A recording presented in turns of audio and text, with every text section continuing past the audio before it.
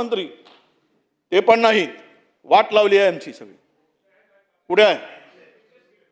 अरे काय असं होतं काय? आता गृह खात्याची चर्चा जस्ट गेलेत, जस्ट आलेत.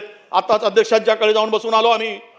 ते सांगितलं आम्ही की सगळे मंत्री किमान मागण्यावर तरी, आपल्या बजेटवर चर्चावर तरी ठीक आहे, आणि स्वतःच्या मागण्यावर तुम्ही चर्चा होत असताना हा किती गंभीर प्रश्न आहे.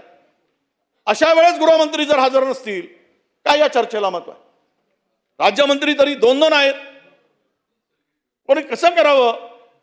म्हणजे हे तुम्ही सांगा ना, आता कोण आहे तिथे ह्या खात्याशी संबंधित? तुम्ही एकटे सोडले तर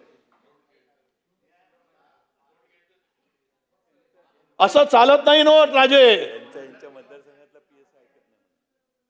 हे नोट चालत नाही.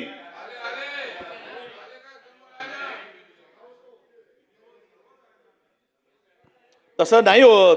त्या खात्याचा मंत्री तिकडे असलाच पाहिजे.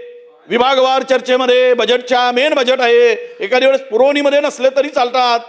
आता संजय भाऊ, तुम्हालाही अनुभव आहे इतक्या वर्षाचा, मंत्री म्हणून भूमिका बदलू नका. सगळे अनुभवी आहेत, काही 4-5 टर्मचे आहेत सगळे. तुम्ही इतके पाहताय सगळे सभागृहाचे कामकाज कसं चालते ते. म्हणून माझी, तुम्ही ऐकलं नाहीत राज्यमंत्री महोदय, या पोलीस अधीक्षकाची चौकशी करा.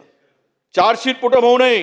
हा 700 कोटी रुपये गोळा करणारा, कामगार शेतकऱ्याला फसवणारा हा नराधम मोकाट फिरतोय. याच्यावर कारवाई झाली पाहिजे. SIT चौकशी लावा.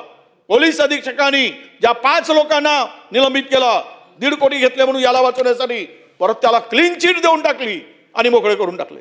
ज्याच्यावर गंभीर स्वरूपाचे आरोप आहेत, अशा अधिकाऱ्यांना अजिबात पाठीशी घालू नका, अशी मागणी मी करतो. बाकीचं बोलायचं खूप